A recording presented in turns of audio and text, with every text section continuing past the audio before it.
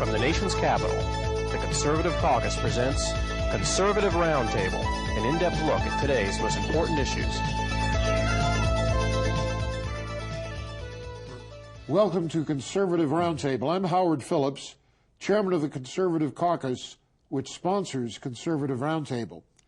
We have as our special guest for this program my friend Terry Scanlon, who since 1994 has run a very important organization, which is called the Capital Research Center. The Capital Research Center. And this is an organization which keeps its eye on improper activities by government, labor unions, even business. And we have something in common because when I was director of the U.S. Office of Economic Opportunity, I became aware of the fact that substantial amounts of taxpayer dollars were going to left-wing activists at taxpayer expense. I had 2,000 people theoretically on my payroll, but the organization was also funding 10,000 private nonprofit organizations, which employed 500,000 people in the aggregate. And while I was there, I was able to close down most of those things, but as soon as I left, they put them all back. Now, most people are not aware of the fact that virtually every federal agency, whether it's the State Department or Health and Human Services or the Department of Labor, is giving money to private activist groups. What has been your experience? Oh, it's been going on for a long time. It's still going on. Started with LBJ. Yeah, that he really started it, and it's still going on. And even under friends of ours like Presidents Reagan and Bush and second Bush, those groups are still getting funded. Some of them more than ever. One of the reasons I left the Republican Party in 1974, after my 5 years in the executive branch, was that Richard Nixon not only failed to close these things down, he doubled the money for LBJ's Great Society, which was outrageous, the things they were doing. Welfare rights groups, legal services groups, lobbying, litigating, propagandizing. And now your organization is probably the principal watchdog in America today of some of these illicit activities. We are. How do you do it? Well, we research them, we write about them, we do 4 monthly publications. Your publication is excellent. I look forward to reading it all the time. Thank you. Yeah, we work hard on those. And how many people do you have on your staff doing this? 8. How do you keep track of everything? Well, it's very hard. It's particularly hard these days because there's so many things that should be looked at. You know, one of the ironies is that Senator Tom Coburn and then Senator Barack Obama broadened the scope by legislation of the Freedom of Information Act, which has in many ways been a barrier to securing this information. It is, but sometimes it works. We were trying to get data from HUD, Housing and Urban Development, for several months, and it wasn't coming to us. So we're using the FOIA, Freedom of Information, and we have a request pending right now, and we hope to get that very soon. My firm belief is that every American citizen should, for at least several months, work in the executive branch of the federal government. They would be shocked at what was going on. My oldest son, Doug, when Jack Kemp was Secretary of HUD, was given a position at HUD by Secretary Kemp, which we appreciated, and to his shock and amazement, my son Doug discovered that Kemp was funding the homosexual movement and a whole variety of other things. And this was going on under every administration. When I was at the Office of Economic Opportunity, when I first arrived as assistant to the director, Dick Cheney, my predecessor, said, "Boy, I'm glad you're here, Howard, because you'll do things we wouldn't dare do." And I did. But my boss was Frank Carlucci, and he never saw a Marxist he didn't fall in love with. And he funded all those buggers. Well, what can be done about it? How do you, in addition to exposure, which is extremely important, what can you do about these things? Well, you have to work the Congress, which we can't do because we're a nonprofit, but there are people who can work the Congress and get these groups either defunded or at best reduce budgets for their activities. How much money is going from the federal treasury to subsidize left-wing nonprofit organizations? Oh, God only knows. I mean, it's got to be in the billions. Oh, when I was director of OEO, we had a $3 billion budget. which was big money in those days. Right. And it's bigger today. I defunded Acorn, and then after I left, they put the funding back in. Well, Acorn alone, that's a good example. From HUD, H-U-D again, about 53 million that we're aware of going back to 93 or 94, 1993 or 1994. So that's just one agency funding Acorn. Yeah, people don't realize that even the State Department, even the Defense Department is funding some of these organizations on some perverse, exaggerated connection to the missions of those agencies. Right. There was an effort, Howie, about, I would say, 8 or 9 years ago by 3 Republican members of Congress. The gentleman running for governor of Maryland was one of those. Ehrlich, right. And it was referred to as defunding the left. And that was probably the wrong title because that got the liberal members. It woke up the enemy. Oh yeah, did they wake up? And boy, did they jump on that. And unfortunately, some of our, what you might think, larger foundations and nonprofit groups supported that, not to defend them. They thought they should be funded. So that hurt the effort also. Yeah. American Red Cross, I remember, was one of those. Well, some organizations that we assume on the surface are conservatively inclined really are not. No, that's true.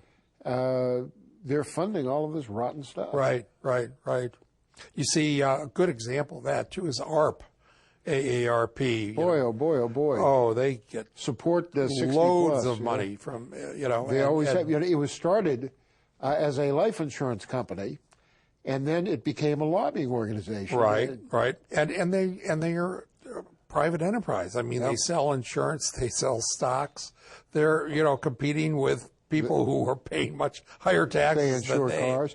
And the good news is they have to disclose the fact that they are receiving government money. Yeah, they have to now. Alan Simpson, the former senator from Wyoming, really one of got the on good that things and made that Alan them honest. Simpson did. He did a lot of terrible things, but he won my heart when he opposed the Legal Services Corporation. Yes, which was that too. Probably the best thing he ever did. Right, but they're still going. Oh, worse than ever. there are certain constraints, but they're I'd say still operating. that is the federal entity that has done more harm than any other. They had lobbyists in every state legislature. Under the guise of community education, they were promoting Marxism. Right. They were working closely with the so-called community activists like Barack Obama, Saul Alinsky, and so forth. And they were out in the field. They were organizing group representation, not just class actions, but organizing groups that they then represented. Right. And virtually every left-wing federal program was expanded with the help of legal services lawyers. Sure. They say they were attorneys for the poor, but they were really attorneys for the left-wing agenda. Or they were helping to promote rent strikes in major cities. And many other things. About it. Yeah. Well, we have just a few seconds left before we go to a break. But when we come back, I'd like you to tell us a little bit about what your organization is doing with respect to the threat from George Soros and the threat from big labor. Stay with us. I'm Howard Phillips. This is Terry Scanlon. We'll be back after these messages.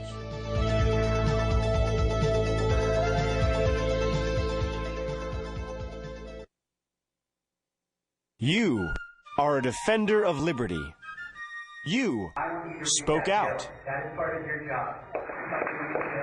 You were heard in Congress. No. You marched. You created a new movement. You endured attacks. You see folks waving tea bags around. Now you can help to repeal the bill. Go to sendthematmessage.com. Print the pledge to repeal Obamacare.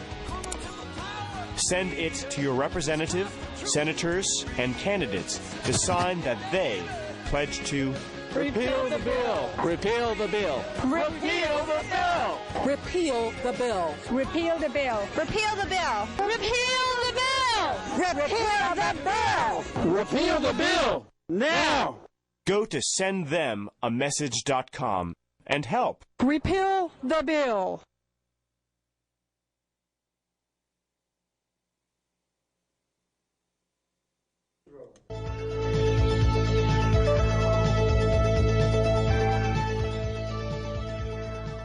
Welcome back. I'm Howard Phillips, chairman of the Conservative Caucus, which sponsors Conservative Roundtable. And we're delighted to have as our guest Mr. Terry Scanlon, a former vice president of the Heritage Foundation, a graduate of Villanova, a man who served inside the executive branch as head of the Consumer Product Safety Commission, named to that post by Ronald Reagan. He started out as vice chairman, then became chairman, and was there for a while.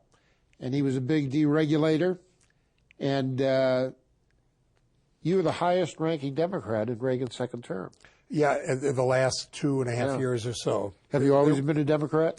Well, I haven't been a Democrat since, but oh yes, I have many mea culpas. I voted for George McGovern. Did you? I did. I voted for Jimmy Carter. Did you really? And that was my last Democratic vote. Did you? Well, all right, we're going to stop the show right here. No, I'm just kidding.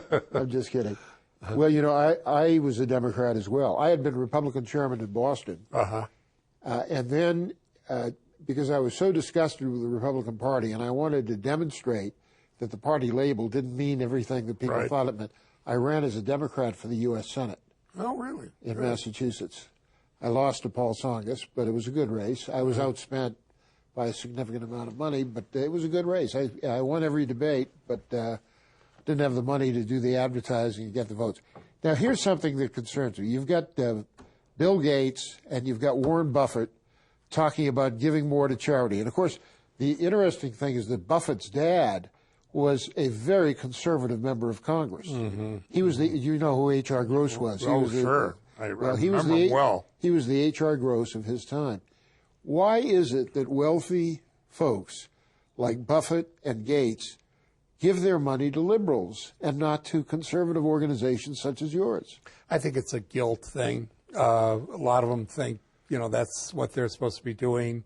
Where we really see it is in the foundation world with the second generation, where the original... They didn't earn the money. Right. And they spend it and they feel guilty about having it to spend. Right, and they're, you know, clipping coupons and they... You know, it's interesting how the left has taken over so many organizations.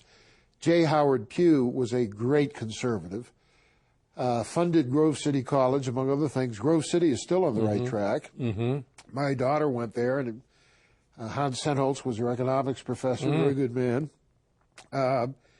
But Grove City is one of the few Pew-funded entities that did not turn left. Right. Now, I knew John MacArthur, and now they give the MacArthur Awards. MacArthur was a hardcore right-winger. Conservative. He believed in private property, was fighting all the radical environmentalists. I spent time with him down at his motel in Florida, and Bob Hope would come there every year. He knew everybody, and he was a real conservative. I had some great conversations with this guy, but he didn't get along with his kids, and his kids inherited the money, and now they give these MacArthur fellowships to every left-winger walking. Right. We've got to do a better job raising our children. I thank God my kids have turned out okay so far. You know, they get $500,000. They don't even have to write a report at the end of the period that they're the genius, they call them, Genius Awards. And it's many of them are just for foolish things. You know, you could really be doing some good things with that money. There's a handful of wealthy conservatives who do give money to good causes. The Koch brothers, their daddy was one of the founders of the John Birch Society, and they're now the principal funders of the Cato Institute. And Philip Anschutz out of Colorado owns the Regal Theaters and various sports teams. He has been generous to conservative causes. But you can count them in the fingers of one or two hands. Doing a great job with the daily paper here in Washington. The Examiner. Very good paper. Amazingly good paper. And if beat it. If Mr. Moon deep sixes the Times, it's good that the Examiner's still around. Yeah. They have good cartoons. They do a good job. And they have some good columns, Michael Barone and Terry Jeffrey and various others appear there. No, I read it faithfully every day, and it's a good read. It's a quick read. Now, you also focus on big labor. Tell me what you do there. Well, we do a monthly publication called Labor Watch. Excuse me. And we track various issues. Paycheck protection is a hot issue this year. Explain what that is. That would be where unions could get a group of non-union employees in a company to vote publicly. In other words, there would not be a secret ballot. We've had a secret ballot for organizing unions for years. It's just been the way it should be.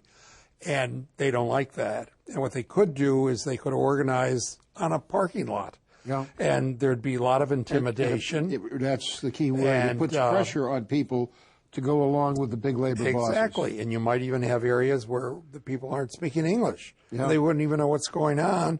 And they thought they voted one way, but it was counted the other way. Exactly. Sort of like a Chicago election. We're familiar with those. Yeah, that's it. And that hasn't gone away. They didn't have the votes this year to do it. They couldn't get it through the Senate. But that's certainly on the agenda. Labor is probably number one issue. Yeah. What are your top priorities for your organization in the in the balance of what we hope will be Obama's only term? Well, again, looking at these nonprofit groups, particularly those that get federal money, probably spending more time looking at environmental groups, writing about them. They have huge budgets, most of them, and people really don't understand, the general public that is, what they're doing. And, the Sierra Club, just itself, just how much money they have. One of my good friends over the years was George Murphy, tremendous actor, outstanding senator.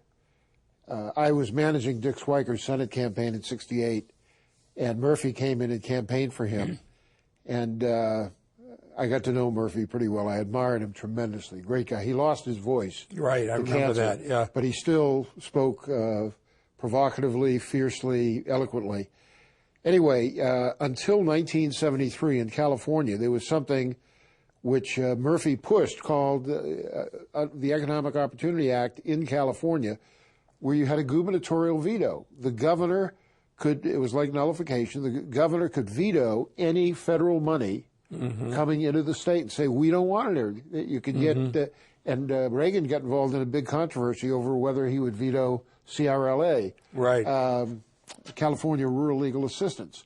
He chickened out as it went on, and one of the guys who embarrassed him was my putative boss, Frank Carlucci, who got Reagan to retreat from his initial plan, pushed by our friend Lou Euler, to veto the CRLA money. But wouldn't it be great if today governors could block federal funds from coming into a state? Wouldn't it be great if they had to be informed about what was coming into the state? Right. Now, when I ran for Congress in 1970, the Congressional Campaign Committee was able to give me a list of every federal grant coming into my congressional district and under which agencies' auspices the money was coming.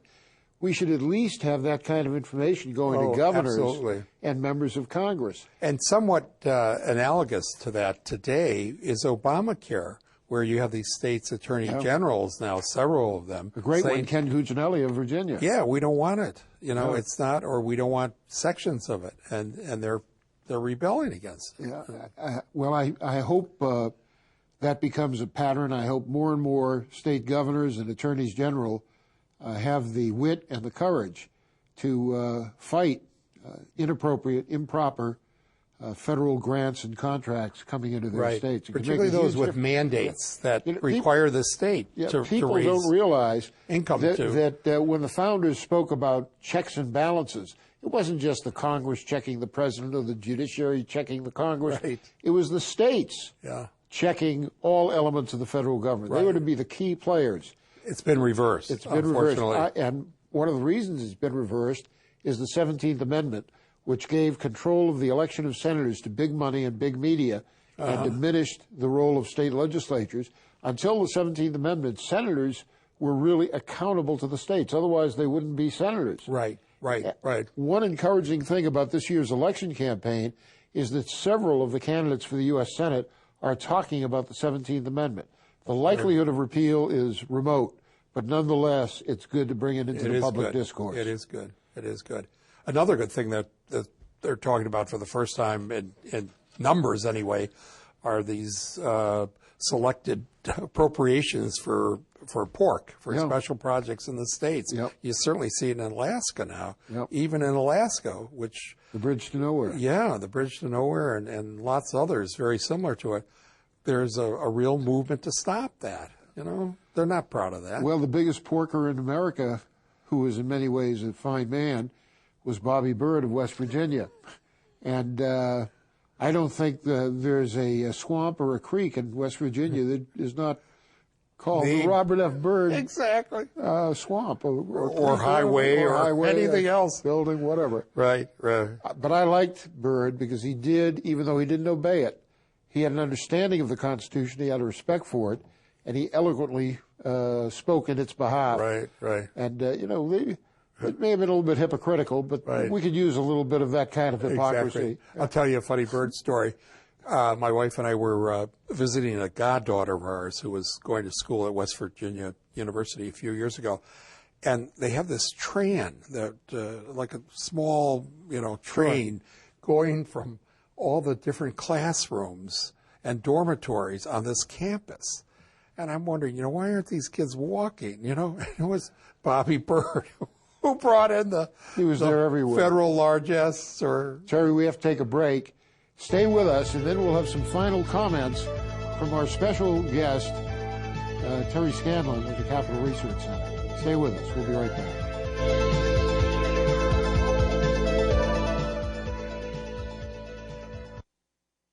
Hey, listen. This is the greatest thing. I want to tell you something. Something's happening in this country.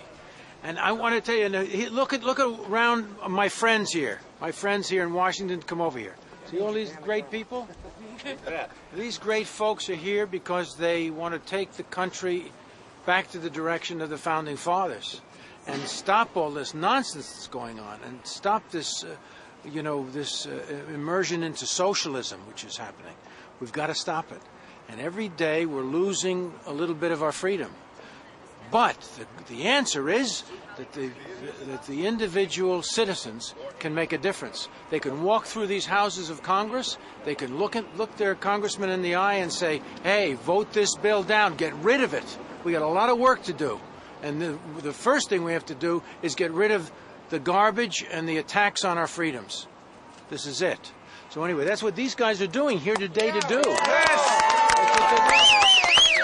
And I say, all of you guys out there, within the sound of my voice and the visual that this great gentleman has created, get down here and do your responsible citizenship by going and seeing your representatives and telling them, what you want, because this is your house. It's not their house. Yeah. Get in there and tell them what to do, and let's begin cleaning this country up. A big mess has been created in only a year's time, in 9 months' time, really.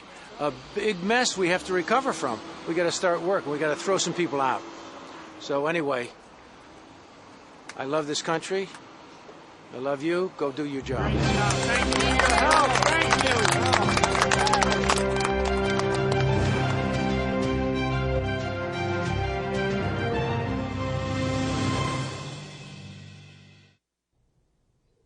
Welcome back. If you are interested in the kinds of issues we discuss on Conservative Roundtable, I hope you will check out our website, www.conservativeusa.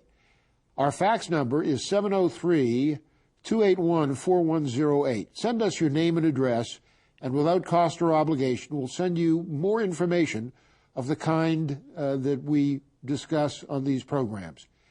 Terry Scanlon, it's been a delight being with you. We really appreciate the work you do at the Capital Research Center. What are your closing thoughts? Well, one issue we didn't talk about, Howie, which I'd like to mention, And that's the growth of the public service unions, SEIU, which many people are becoming familiar with if they're not already. They're growing by leaps and bounds, even though unionism in the U.S. today is on the decline. Yeah, it's ironic, and we have less than 30 seconds, ironic that in the federal government you've got people protected by civil service, one of the worst things that happened under the presidency of Chester Arthur, and they belong to unions as well. To boot. They don't need unions to begin with. There's double protection, and it's wrong. I agree. And I agree. Federal unions should be prohibited. Right, and they're growing, and they're going to be, with Obamacare, they're going to be a lot more. We're in our last 15 seconds. All I can say, Terry, is keep up the very important work that you do. Thank you. Godspeed. I hope you get all the money you need to continue. Thank you. Thanks for Good being with us. you, God Howie. bless you, Yeah. Terry. Thank and you. thank you for joining us on Conservative Roundtable.